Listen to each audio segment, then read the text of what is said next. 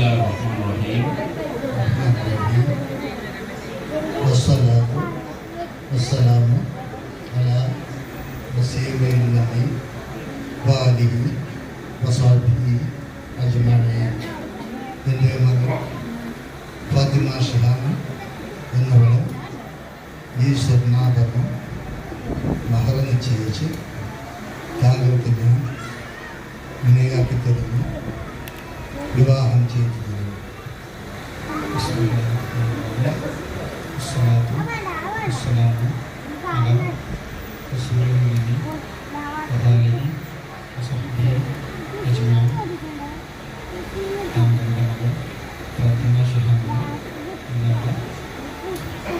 ഈ സ്വർണ്ണാഭരണം മഹർ നിശ്ചയിച്ച് താങ്കളിൽ നിന്ന് ഞാൻ വിനയായി സ്വീകരിച്ച് ഒത്തുകൊണ്ടിരിക്കും. ബാറക്കല്ലാഹു ലക വബാറക അലൈക്കുമാ വജമഅ ബൈനകുമാ ഫീ ഖൈർ. ബാറക്കല്ലാഹു ലകുമാ വബാറക അലൈക്കുമാ വജമഅ ബൈനകുമാ ഫീ ഖൈർ. ബാറക്കല്ലാഹു ലക വബാറക അലൈക്കുമാ വജമഅ ബൈനകുമാ ഫീ ഖൈർ.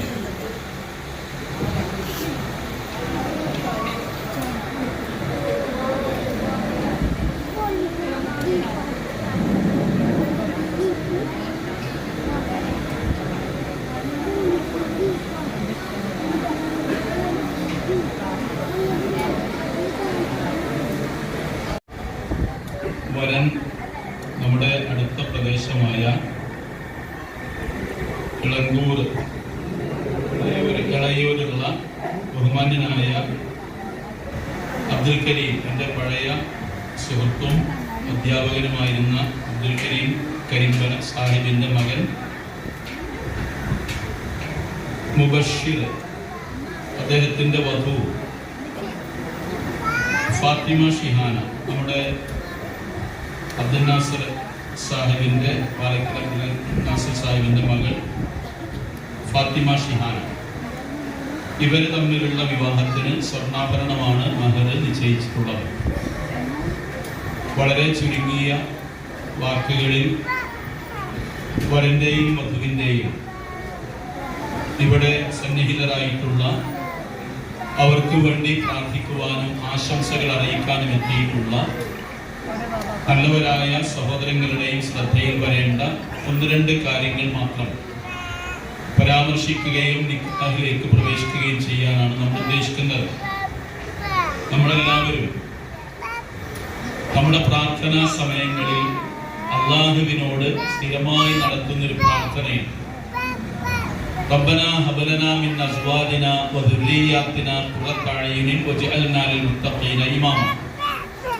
ഞങ്ങളുടെ രക്ഷിതാവേ, ഞങ്ങളുടെ ഇണകളിലും ഞങ്ങളുടെ മക്കളിലും ഞങ്ങൾക്ക് നീ ആനന്ദവും സമാധാനവും കൺകുളിർമയും പ്രദാനം ചെയ്യണമേ. വജ്അൽനാ ലിൽ മുത്തഖീന ഇമാമ. നല്ല മനുഷ്യരുടെ മുന്നിൽ നടക്കുന്ന യോഗ്യന്മാരായ മാതൃകാ മഹാന്മാരും മഹദികളുമാക്കി ഞങ്ങളെ എല്ലാവരെയും നീ മാറ്റണമേ എന്നാണ് ഈ ആയത്തിന്റെ അർത്ഥവും ആശയവും. ഈ രണ്ട് കാര്യങ്ങളാണ് ഇസ്ലാമിലെ ദാമ്പത്യ ജീവിതം എന്ന് പറയുമ്പോൾ ഏറ്റവും അടിസ്ഥാനപരമായി നമ്മൾ മനസ്സിലാക്കേണ്ടത്. ഒന്ന്, നമ്മൾക്ക് സമാധാനം ഉണ്ടാകണം. രണ്ട്, നമ്മുടെ കുടുംബത്തിലുള്ള എല്ലാ അംഗങ്ങളും നല്ല മനുഷ്യരാകണം എന്നല്ല പറയുന്നത്. നല്ല മനുഷ്യർക്ക് നേതൃത്വം നൽകാൻ കഴിയുന്ന വിധം മാന്യന്മാരും യോഗ്യന്മാരും മാതൃകാ പുരുഷന്മാരും സഹോദരിമാരുമായി തീരണം എന്നാണ് നമ്മൾ അള്ളാഹുവിനോട് പ്രാർത്ഥിക്കുന്നത്. അങ്ങനെ വേണം എന്നതുകൊണ്ടാണ് അള്ളാഹു ഈ ആയത്ത് നമ്മളെ പഠിപ്പിക്കുന്നത്. 2-3 നിർദ്ദേശങ്ങളെ ആ കാര്യത്തിൽ ഇപ്പോ ഈ ചുരുങ്ങിയ സമയത്തിനുള്ളിൽ പറയേണ്ടതുള്ളൂ. ഒന്ന്, എനിക്ക് വരനോടും വധുവിനോടും പറയാനുള്ള കാര്യം, നമ്മൾക്ക് സ്വപ്നങ്ങൾ കാണാം. ഏതറ്റം വരെയും അല്ല, അതിരില്ലാത്ത സ്വപ്നങ്ങൾ നമ്മൾക്ക് കാണാം. പ്രത്യേകിച്ച് വിവാഹത്തിന് മുമ്പ് അങ്ങനെ സ്വപ്നം കണ്ടിട്ടാണ് എല്ലാവരും വിവാഹത്തിലേക്ക് വരുന്നത്, സ്ത്രീകളായാലും പുരുഷന്മാരായാലും. പക്ഷെ ഈ സ്വപ്നങ്ങൾക്ക് കയ്യും കണക്കുമില്ലെങ്കിലും നമ്മുടെ ജീവിതം എന്നത് ഭൂമിയിലുള്ളതാണ്. ഈ ഭൂമിയിലെ ജീവിതം നമ്മൾ വിചാരിക്കുന്നത് പോലെ ആയിക്കൊള്ളണമെന്നില്ല. അവിചാരിതമായി പലതും സംഭവിക്കാവുന്ന അത്ഭുതകരമായ ഒരു പ്രതിഭാസമാണ് നമ്മുടെ ജീവിതം. അതാണ് നമ്മുടെ പഴയ കാരണവന്മാരൊക്കെ പറയും, അള്ളാഹുവിന്റെ വേണ്ടുകയുണ്ടെങ്കിൽ എന്ന് പറയും. വേണ്ടുക എന്ന് പറഞ്ഞതിന്റെ അർത്ഥം വേണം എന്ന് അള്ളാഹു നിശ്ചയിക്കുന്നത് പോലെയാണ് നമ്മുടെ ജീവിതം മാറി മാറി വരുന്നത്. ചില സമയങ്ങളിലൊക്കെ നമ്മൾ ചെയ്യുന്നതെല്ലാം വലിയ സൗഭാഗ്യമായി കലാശിക്കുകയും നമ്മൾ വിത്തെറിയുന്നതെല്ലാം വലിയ ഫലം നൽകുകയും നമ്മൾ തുടങ്ങുന്ന ഏത് സംരംഭങ്ങളും വമ്പിച്ച വിജയമാവുകയും ചെയ്യുമ്പോൾ നമ്മുടെ ജീവിതം ഇങ്ങനെ പൂത്തുലഞ്ഞു നിൽക്കുന്ന സമയത്ത് നമ്മൾക്ക് തോന്നും 1000 വർഷം ജീവിക്കണം എന്ന് നമ്മൾ ആത്മാർത്ഥമായി ആഗ്രഹിക്കും. കാരണം സൗഭാഗ്യങ്ങളല്ലാതെ സന്തോഷമല്ലാതെ നമ്മുടെ ജീവിതത്തിലേക്ക് ഒന്നും വരുന്നില്ല. അപ്പൊ നമ്മളിങ്ങനെ തന്നെ പോകണം എന്ന് വിചാരിക്കുന്ന സമയത്ത് യാദൃച്ഛികമെന്നല്ല, അവിചാരിതമായി പൊടുന്നനെ നമ്മുടെ ജീവിതത്തിലേക്ക് ഒരു ദുരന്തം വന്നാൽ ആ ദുരന്തം നമ്മുടെ എല്ലാ സുഖകരമായ എല്ലാ നിമിഷങ്ങളെയും ഇല്ലാതാക്കി കളയുന്നതായാൽ നമ്മുടെ ജീവിതത്തിലെ നമ്മുടെ ശരീരത്തിലെ ഓരോ രോമകൂപങ്ങളിൽ നിന്നോ വേദന ഇങ്ങനെ അരിച്ചിറങ്ങി ഒരു നിവൃത്തിയും ഇല്ലാത്ത വിധം എല്ലാ വാതിലുകളും അടഞ്ഞു പോകുന്ന ഒരു നിമിഷം വരുമ്പോ ആ സമയത്ത് ചിലരെങ്കിലും വിചാരിച്ചു പോകും, ഇവിടെ ഈ ജീവിതം അവസാനിച്ചാൽ മതിയായിരുന്നു എന്ന്. കാരണം ഇതൊന്നും പ്രതീക്ഷിക്കുന്നതല്ല, അങ്ങനെ വന്നു ചേരുന്നതാണ്. ഇതുകൊണ്ടാണ് നമ്മൾക്കൊരു പ്ലാൻ വരച്ച് അതിനുള്ള സാമഗ്രികളും സഹായികളും ഉണ്ടായാൽ ഏത് സംഗതികളും വിചാരിക്കുന്നത് പോലെ ഉണ്ടാക്കിയെടുക്കാൻ സാധിച്ചു എന്ന് വരും. പക്ഷേ ആ ഉണ്ടാക്കിയെടുത്തിടത്ത് നമ്മൾക്ക് താമസിക്കണമെങ്കിൽ, സുഖകരമായി കഴിഞ്ഞുകൂടണമെങ്കിൽ അള്ളാഹുവിന്റെ വേണ്ടുക വേണം. ഈ ചെയ്യുന്നതിനും അള്ളാഹുവിന്റെ വേണ്ടുക വേണം. എന്നാലും ഈ പറഞ്ഞതിന് അള്ളാഹു ഇങ്ങനെയാണ് പറഞ്ഞത്, അല്ലദീ ഖലഖൽ മൗത വൽ ഹയാത ലിയബ്ലുവക്കും അയ്യുക്കും അഹ്സനു അമല. അള്ളാഹു നിങ്ങൾക്ക് ജീവിതവും മരണവും നൽകിയത് നിങ്ങളിൽ ഏറ്റവും നന്നായി പുണ്യകർമ്മങ്ങൾ ചെയ്യുന്നവനാര് എന്ന പരീക്ഷണമാണ്. ആ പരീക്ഷണത്തിൽ എനിക്ക് വരനോടും വധുവിനോടും പറയാനുള്ളത്, ഈ സ്വപ്നങ്ങൾക്കപ്പുറത്ത് നമ്മുടെ ജീവിതത്തിലൂടെ ഇടപഴകി വരുമ്പോ ഇതൊക്കെ മാറി മാറി വരാം. അവിടെ നമ്മൾക്ക് മാത്രമുള്ള അത്ഭുതകരമായ ഒരു ചികിത്സ, മാനസികമായ ചികിത്സ അള്ളാഹുവിന്റെ റസൂൽ പറഞ്ഞു തന്നിട്ടുണ്ട്. അജബൻ ലി അംറിൽ മുഅ്മിൻ, ഒരു വിശ്വാസിക്ക് മാത്രമുള്ളതാണ് ഈ അത്ഭുതകരമായ കാര്യം. അതെന്താണ്? ഇദാ അസാബത്തുഹു സറാഅ ശകറ ഫകാന ഖൈറൻ ലഹു. നന്മ ഇങ്ങനെ ഇഷ്ടം പോലെ വന്നു കയറുമ്പോ അയാൾ അള്ളാഹുവിനെ സ്തുതിക്കുകയും അൽഹംദുലില്ലാഹ് എന്ന് പറയുകയും അത് അയാൾക്കൊരു നന്മയായി തീരുകയും ചെയ്യുന്നു. ഇനി അതിനൊപ്പം വൈദാ അസാബത്തുഹു ദറാഅ, ദുരിതമാണ് വന്നതെങ്കിലോ സ്വബറ, അയാൾ സഹിക്കുകയും ക്ഷമിക്കുകയും പിടിച്ചു നിൽക്കുകയും ചെയ്യും. ഫകാന ഖൈറൻ ലഹു, അതും അയാൾക്ക് നന്മയായി തീരും. ആ സമയത്ത് അയാൾ പറയുന്നത് എന്താ? എനിക്കിങ്ങനെ ദുരിതം വന്നല്ലോ എന്നല്ല, ഇന്നാ ലില്ലാഹി വ ഇന്നാ ഇലൈഹി റാജിഊൻ, എല്ലാം അല്ലാഹുവിൽ നിന്നാണ്, എല്ലാം അവനിലേക്ക് തന്നെ തിരിച്ചു പോകേണ്ടവരാണ്, തിരിച്ചു പോകുന്നതുമാണ് എന്ന ആശ്വാസം ഇതൊരു വിശ്വാസിക്ക് മാത്രമുള്ളതാണ്. ഇത് എനിക്ക് ആദ്യമായി ഇവരെ രണ്ടുപേരെയും നിങ്ങളെ എല്ലാവരെയും ഓർമ്മപ്പെടുത്താനുള്ളത്. രണ്ടാമത്തെ കാര്യം എനിക്ക് വരനോട് പറയാനുള്ളതാണ്. നിങ്ങളൊക്കെ ഒരുപാട് തവണ കേട്ട ഹദീസാണ്, എങ്കിലും ഇതിൽ ഒരു പ്രത്യേകമായ കാര്യം സൂചിപ്പിക്കാനാണ്. റസൂൽ പറഞ്ഞിട്ടുണ്ടല്ലോ, ഖൈറുക്കും ഖൈറുക്കും ലിഅഹ്ലിഹി ഖൈറുക്കും ഖൈറുക്കും ലിനിസാഇഹി, നിങ്ങളിൽ നല്ലവൻ തന്റെ ഇണയോട് മാന്യമായി നല്ല രൂപത്തിൽ പെരുമാറുന്നവനാണ്. എല്ലാം ഈ ഹദീസ്. പക്ഷെ ഇതിന് ശേഷം അല്ലാഹുവിന്റെ റസൂൽ ഒരു വര വരച്ചു. എന്താണ് ആ വര? വ അന ഖൈറുൽ ലിഅഹ്ലി, ഞാൻ എന്റെ കുടുംബത്തിൽ നല്ലവനാണ്. ഇതൊരു വല്ലാത്ത വാക്കാണ് നബി സല്ലല്ലാഹു അലൈഹി വസല്ലമയുടെ. എന്താണ് ആ പറഞ്ഞത്? ഞാനൊരു നല്ല ഭർത്താവാണ് എന്ന് പറയേണ്ടത് ആരാ? എന്റെ കൂടെ പഠിച്ചിരുന്ന സഹപാഠിനികളാണോ? എന്റെ അയൽപ്പക്കത്തുള്ള പെണ്ണുങ്ങളാണോ? ഞാനുമായി ഇടപഴകുന്ന സഹോദരിമാരാണോ? അവരൊക്കെ ഞാനൊരു നല്ല ഭർത്താവാണ് എന്ന് പറഞ്ഞാൽ ഞാനൊരു നല്ല ഭർത്താവല്ല. അത് പറയേണ്ടത് എന്റെ പെണ്ണാണ്, എന്റെ ഭാര്യയാണ്. ഞാൻ എന്റെ കുടുംബത്തിൽ നല്ലവനാണ്. നബി സല്ലല്ലാഹു അലൈഹി വസല്ലം പറഞ്ഞതാണ്.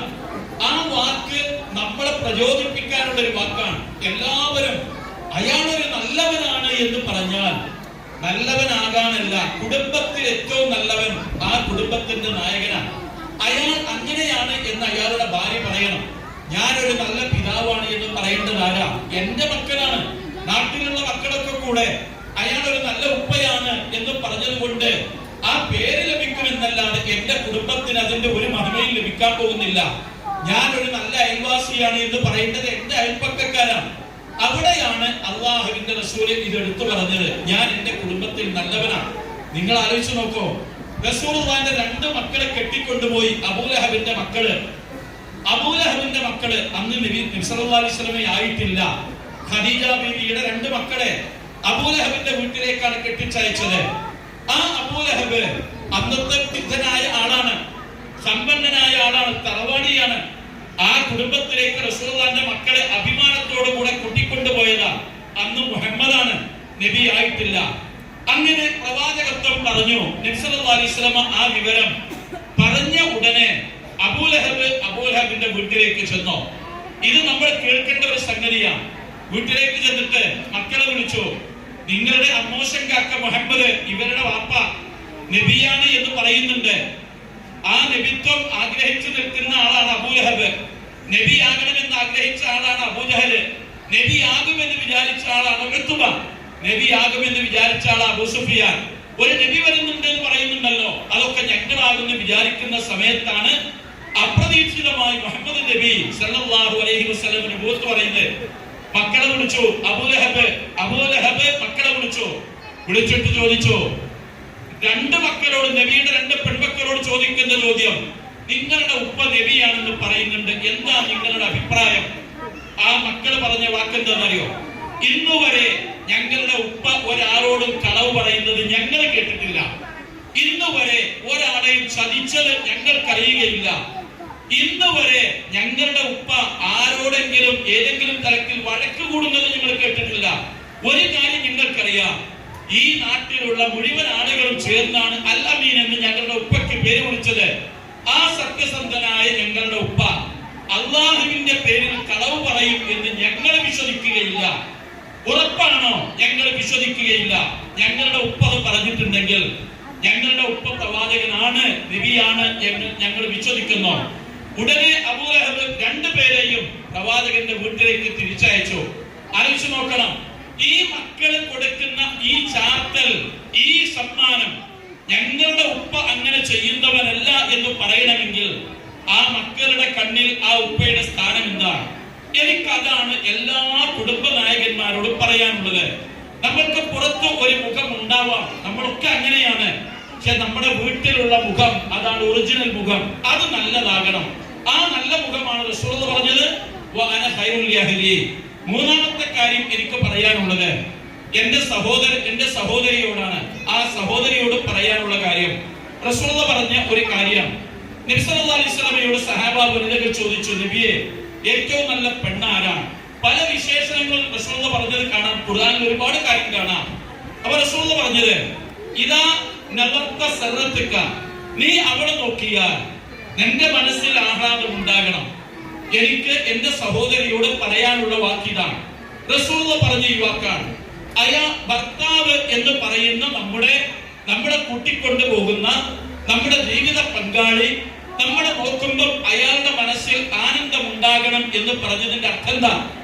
നമ്മളിങ്ങനെ വലിയ സുന്ദരിയായി ഇങ്ങനെ പുത്തുലഞ്ഞു നിൽക്കുന്ന ഒരു കൊന്നമരം പോലെ എന്തു നിൽക്കുവോ? ഇല്ലല്ലോ. പ്രസവിക്കും, പ്രായമാകും, സാധാരണ ജീവിതത്തിൽ വരുന്ന പല പ്രശ്നങ്ങളും കയറി വരും, ശാരീരികമായ അസ്വാസ്ഥ്യതകൾ ഉണ്ടാവും, ഇതൊക്കെ ഉണ്ടാവും.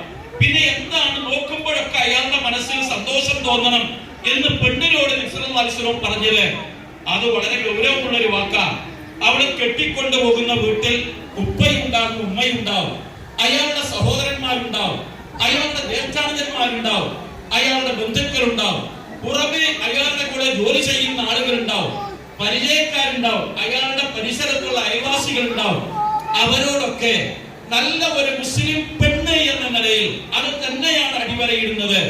നല്ല ഒരു മുസ്ലിം വിശ്വാസി എന്ന നിലയിൽ നല്ല ഒരു പെണ്ണിന്റെ മാതൃക, ഇസ്ലാമിന്റെ എല്ലാ അതിരുകളും എല്ലാ പരിധികളും പാലിച്ചും അംഗീകരിച്ചും നല്ല ഒരു പെണ്ണായി ജീവിക്കുമ്പോ ഞാൻ പറയാണ് എന്റെ പെണ്ണിനെ പറ്റിയിട്ട്, അവൾ എന്റെ വാപ്പയെ ഉമ്മയെ ബഹുമാനിക്കുന്നു, ആദരിക്കുന്നു, അവരെ ഏൽപ്പിച്ചു പോകാൻ എനിക്ക് അവളേക്കാൾ നല്ല ഒരു പെണ്ണില്ല എന്ന് അയാൾ പെണ്ണിനെ പറ്റി പറഞ്ഞാൽ അതിലേറെ നല്ല ഒരു ഷഹാദത്ത്, ഒരു സർട്ടിഫിക്കറ്റ് വേറെ വേണ്ട.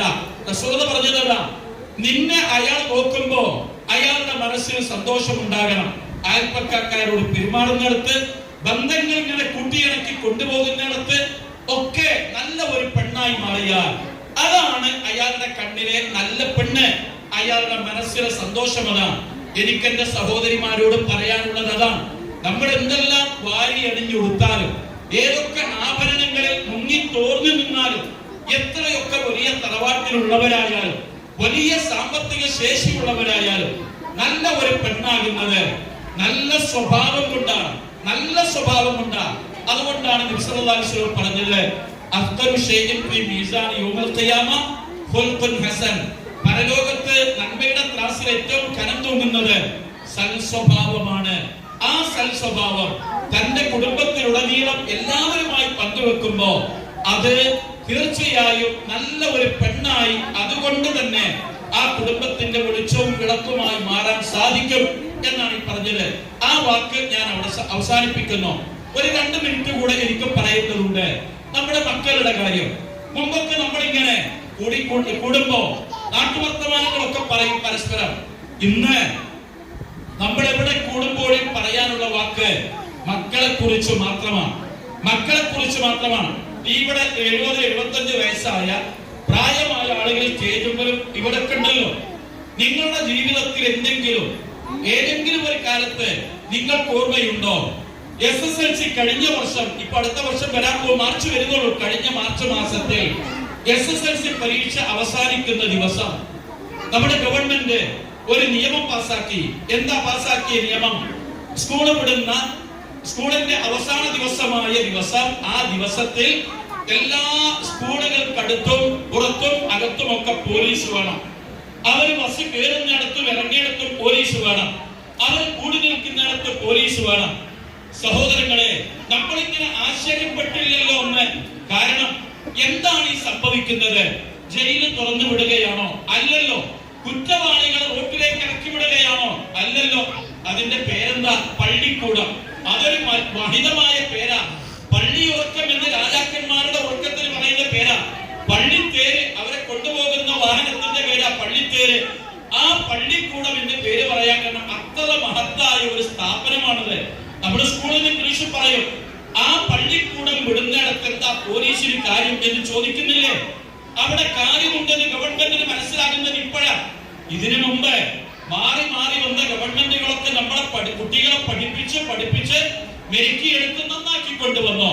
വാപ്പയെ ബഹുമാനിക്കണ്ട, ഉമ്മയെ ബഹുമാനിക്കണ്ട, അധ്യാപകരെ ബഹുമാനിക്കണ്ട, തൊഴിലധിഷ്ഠിത വിദ്യാഭ്യാസമാണ് നിങ്ങൾക്ക് മാത്രം നോക്കിയാൽ മതി.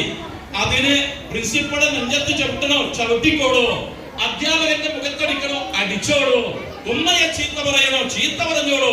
പക്ഷേ നിങ്ങളുമാരും എഞ്ചിനീയർമാരും ഡോക്ടർമാരും അധ്യാപകന്മാരുമാകണം. അല്ലാതെ ഇതിങ്ങനെ പഠിച്ചു കുത്തരം ഇരിക്കുകയല്ല, ജോലി വാങ്ങണം. അങ്ങനെ ജോലിക്കാരപ്പോ വാപ്പ ഇല്ലാതെയായി, ഉമ്മ ഇല്ലാതെയായി, അധ്യാപകരില്ലാതെയായി. അതിനാദ്യം എന്ത് പറഞ്ഞു? ആ വടി നിങ്ങൾ സ്കൂളിലേക്ക് കൊണ്ടുവരണ്ട, വടി വാങ്ങിവെച്ചോ, മധുരച്ചൂഴൽ വാങ്ങിവെച്ചോ, കഷായ ചൂഴൽ വാങ്ങിവെച്ചോ. അങ്ങനെ നമ്മുടെ ഗവൺമെന്റുകൾ എല്ലാവരും മാറി മാറി ഭരിച്ചവരൊക്കെ നമ്മുടെ കുട്ടികളെ ഇങ്ങനെ പദം വരുത്തി കൊണ്ടുവന്നോ, സർവതന്ത്ര സ്വതന്ത്രരായി വളർന്നോ. ആ കുട്ടികളായി ഇന്ന് സമൂഹത്തിലെ ചർച്ച എന്താ? ചർച്ച അധ്യാപകനെ എടുക്കുന്നു, വിദ്യാർത്ഥികളെ സ്വന്തം കൂടെ പഠിച്ച പെൺകുട്ടിയെ ബലാത്സംഗം ചെയ്യുന്നു, 10ാം ക്ലാസ്സിലെ കുട്ടി 7ാം ക്ലാസ്സിലെ കുട്ടിക്ക് ഗർഭമുണ്ടാക്കുന്നു. ഇതൊക്കെ എന്തിനു നിക്കാഹ് ഖുത്ബയിൽ പറയണം? ഇവിടെ ഇങ്ങനെ നമ്മളൊക്കെ കൂടിയിരിക്കോ? ബാക്കി എവിടെയും ഈ കാര്യം പറഞ്ഞാൽ ആരും എവിടേക്കും എത്തുന്നില്ല, വരുന്നില്ല. ഇവിടെ നമ്മളത് കേട്ടേ പറ്റൂ. ഈ കുട്ടികളെ നമ്മൾക്ക് വേണം. ഈ സമൂഹത്തിൽ MDMA കൊണ്ട് നടക്കാനുള്ളവരല്ല നമ്മുടെ മക്കള്. അവര് ഉമ്മയെ നോക്കണം, വാപ്പയെ നോക്കണം, സമൂഹത്തെ ബഹുമാനിക്കണം, അധ്യാപകരെ ആദരിക്കണം. ആ ആദരവും ബഹുമാനവുമുള്ള മക്കളുടെ തലമുറ അവസാനിക്കാൻ പാടില്ല. അത് നമ്മുടെ വീട്ടിൽ വളരണം. എനിക്ക് വരനോടും വധുവിനോടും പറയാനുള്ളത്, അവരുടെ മുമ്പിലുള്ള മാതൃക അധ്യാപകരായിരുന്നു. ഒരു കാലത്ത് ഇപ്പൊ ഇരിക്കുന്ന പ്രായമായ ആളുകളുണ്ടല്ലോ, ഇവരുടെ കൂട്ടത്തിൽ ഈ സദസ്സിലേക്ക് ഇവരെ പഠിപ്പിച്ച ഒരു അധ്യാപകൻ, അയാളുടെ ജാതി ഏത്, മതം ഏത്, ഇതൊന്നും വിഷയമല്ല. ഒരു 10, 80, 85 വയസ്സായിട്ടുണ്ടാവും, 90 വയസ്സായിട്ടുണ്ടാവും. അദ്ദേഹം വടിയും കുത്തി പിടിച്ചിങ്ങനെ കയറി വന്നാൽ ഇവിടെ ഇരിക്കുന്ന ഈ പ്രായമായ ഒരൊറ്റ കുട്ടി അവിടെ ഇരിക്കൂല. എല്ലാം ഇങ്ങനെ പതുങ്ങി എഴുന്നേറ്റ് നിൽക്കും. നമ്മുടെ മാഷാണ് വരുന്നത്, നമ്മുടെ ടീച്ചറാണ് വരുന്നത്. അത് മനസ്സുകൊണ്ടുള്ള ബഹുമാനം, ആദരവ. ആ ആദരവാണ് ഒരു തലമുറയെ മുഴുവൻ ഇല്ലാതെയാക്കി ഇപ്പൊ ഈ പരുവത്തിലെത്തിച്ചത്. ഇപ്പൊ പറയാ അക്ഷരം പഠിപ്പിച്ചു തുടങ്ങണം എന്നോ ഇത് ആയിട്ടുണ്ട്. ഇപ്പൊ പറയാ അധ്യാപകരൊക്കെ ബഹുമാനിച്ചു തുടങ്ങണം. 2 വട്ടം കോടതി ഈ 2 മാസത്തിൽ പറഞ്ഞു അധ്യാപകർക്ക് വടിയെടുക്കുന്നതിന് യാതൊരു ബുദ്ധിമുട്ടും അനുഭവിക്കേണ്ടതില്ല, അതിനുള്ള അവകാശം അവർക്കുണ്ട്. അടിച്ചു നന്നാക്കണമെന്നല്ല, അടിക്കേണ്ടിടത്ത് അടിക്കേണ്ടതായിരുന്നു. പക്ഷേ അടിച്ചാൽ ആ അധ്യാപകന്റെ പേരിൽ കേസെടുക്കുന്ന ഒരു അവസ്ഥ വന്നപ്പോ അധ്യാപകര് നിശ്ചലരായി. പാവങ്ങളാണ് അവര്, ഒന്നും ചെയ്യാൻ പറ്റാതെയായി. ഇത് വിദ്യാഭ്യാസം എന്ന് പറയുന്നത് തൊഴിലുമായി അങ്ങോട്ട് ബന്ധപ്പെടുത്തി സകല കുട്ടികളും ഒരു പരുവത്തിലായി. ഞാൻ അവസാനിപ്പിക്കുകയാണ്. ഇത് ഏറെയാണ് എന്ന് നിങ്ങൾക്ക് തോന്നണ്ട. കുട്ടികളോട് ഒരു 10 മിനിറ്റ് സംസാരിച്ചു നോക്കോ, അവര് നിങ്ങളുടെ സംസാരം കേൾക്കാൻ പോകുന്നില്ല. അവരുടെ ലോകം വേറെയാണ്. ന്യൂജൻ എന്ന് പറഞ്ഞ് ആക്ഷേപിക്കാനല്ല, നമ്മൾക്ക് അവരെ വേണം. ഈ 2 പേരോട് എനിക്ക് പറയാനുള്ളത്, അവരുടെ മുമ്പിൽ നല്ലവരായി ജീവിക്കുക. അല്ലാഹുവിന്റെ റസൂൽ പറഞ്ഞത് മക്കൾക്ക് നൽകാവുന്ന ഏറ്റവും വിലയേറിയ സമ്മാനം നല്ല മാതാപിതാക്കളാണ്. 100 വട്ടം കേൾക്കണം. മക്കൾക്ക് നൽകാവുന്ന ഏറ്റവും വിലയേറിയ സമ്മാനം നല്ല വീടല്ല, നല്ല ലാപ്പല്ല, നല്ല മൊബൈലല്ല, 1-ാം തരം ബുള്ളറ്റ് അല്ല, വാഹനമല്ല, ആവശ്യമായ സ്വത്തല്ല, നല്ല വാപ്പയും നല്ല ഉമ്മയും. അവര് ആയിക്കഴിഞ്ഞാൽ ആ മക്കൾ അങ്ങനെ വരും. അവര് നന്നായി വരും. അവർ എല്ലാവരെയും നല്ല രൂപത്തിലാക്കുകയും ചെയ്യും. അവര് നല്ലവരാകും. ഞാൻ അവസാനിപ്പിക്കുന്നു.